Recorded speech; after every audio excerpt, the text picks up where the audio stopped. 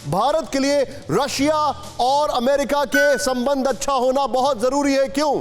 जरा देखें यहां पर, भारत के हित में रूस अमेरिका की दोस्ती। अनलाइक चाइना कभी नहीं चाहेगा कि रूस और अमेरिका एक साथ आए, लेकिन भारत चाइना नहीं है। यहां पर जरा प्ले करें, Biden G7 NATO US EU summit को चीन के खिलाफ हथियार बना रहे हैं।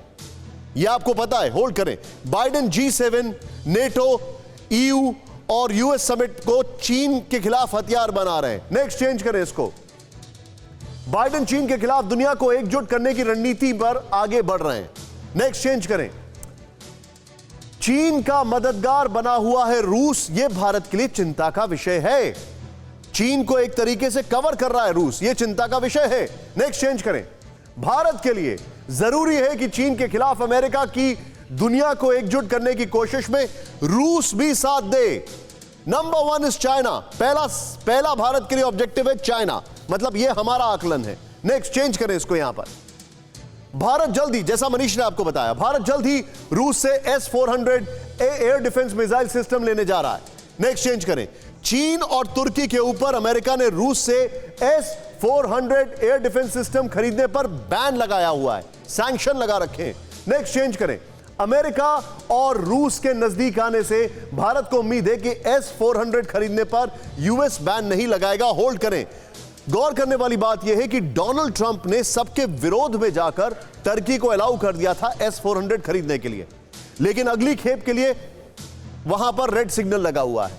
यह बड़ा नोट करने वाली बात है। नेक्स्ट चेंज करें, 2019 में अमेरिकी बैन लगने तक ईरान भारत का टॉप ऑयल सप्लायर देश था। 2019 में वो जो न्यूक्लियर डील का हवाला देकर अमेरिका ने उस पर बैन लगाया, ईरान भारत का टॉप ऑयल सप्लायर था। नेक्स्ट चेंज करें, रूस ईरान हाल के दिनों में काफी नजदीक आए, आपने देखा होगा आर्मेनिया अजरबैजान युद्ध के दौरान भी। नेक्स्ट चेंज करें, अब अमेरिका और रूस की नजदीकी से ईरान पर बैन कम होने की भी संभावना है। इस ईरान पर बैन कम होने से, चेंज करें, इस ईरान पर बैन कम होने से भारत को मदद मिलेगी। एंड यू नेवर नो, हमारे यहां ऑयल इनपुट अगर बढ़ेगा तो शायद तेल के दाम भी कम हो जाएं, you never know. Anyway, next change करें, दिसंबर 2021 में अमेरिका अफगानिस्तान छोड़ने वाला है। माफी चाहूंगा मैं इसके लिए, यह सितंबर 2021 है, दिसंबर नहीं है। सितंबर 2021 में छोड़ने वाला है। इस बीच रूस की तालिबान से नजदीकी बढ़ रही है। चेंज करें, तालिबान से नजदीकी बढ़ रही है। अमेरिका रूस के अच्छे संबंधों से अफगानिस्तान के हालात सुधर सकते हैं। अफगानिस्तान भारत के लिए अहम इन्वेस्टमेंट डेस्टिनेशन है। भारत के बहुत हाई स्टेक्स है अफगानिस्तान में, इसलिए बहुत इंपॉर्टेंट डेस्टिनेशन है।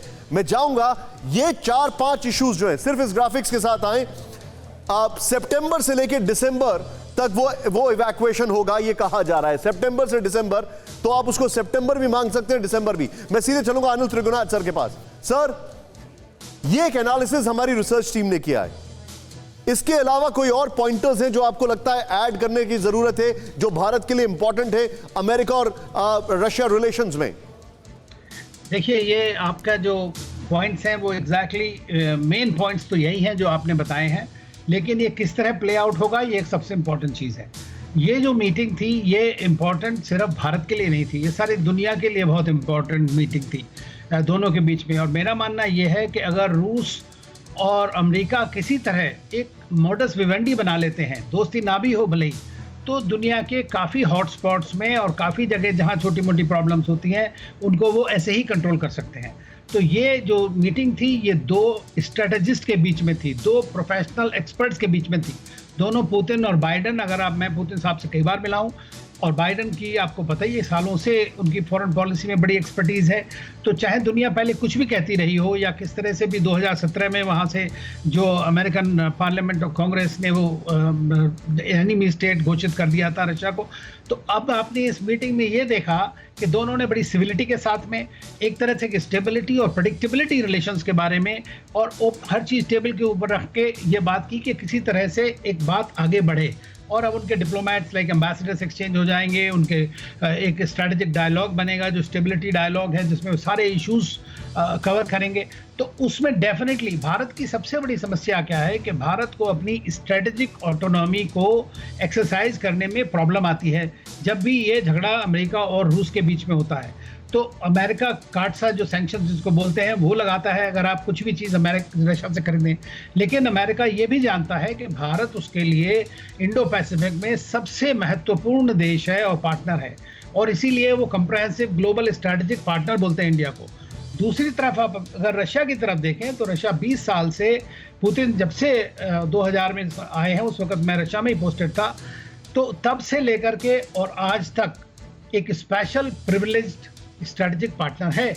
और आपका 60 से 70% जो डिफेंस इक्विपमेंट्स हैं सारे वो आपके रशिया आपको प्रोवाइड करता है, और अमेरिका इस बात को अच्छी तरह जानता है कि इमीडिएटली इंडिया नहीं कर सकता है ये सारी बातें। तो हमारे लिए डेफिनेटली ये एक अच्छी सर, लेकिन मेरे लिए अनिल सर, मेरे लिए एक बड़ा चिंता का विषय है, और वो चिंता का विषय है रूस की चीन से नजदीकियां।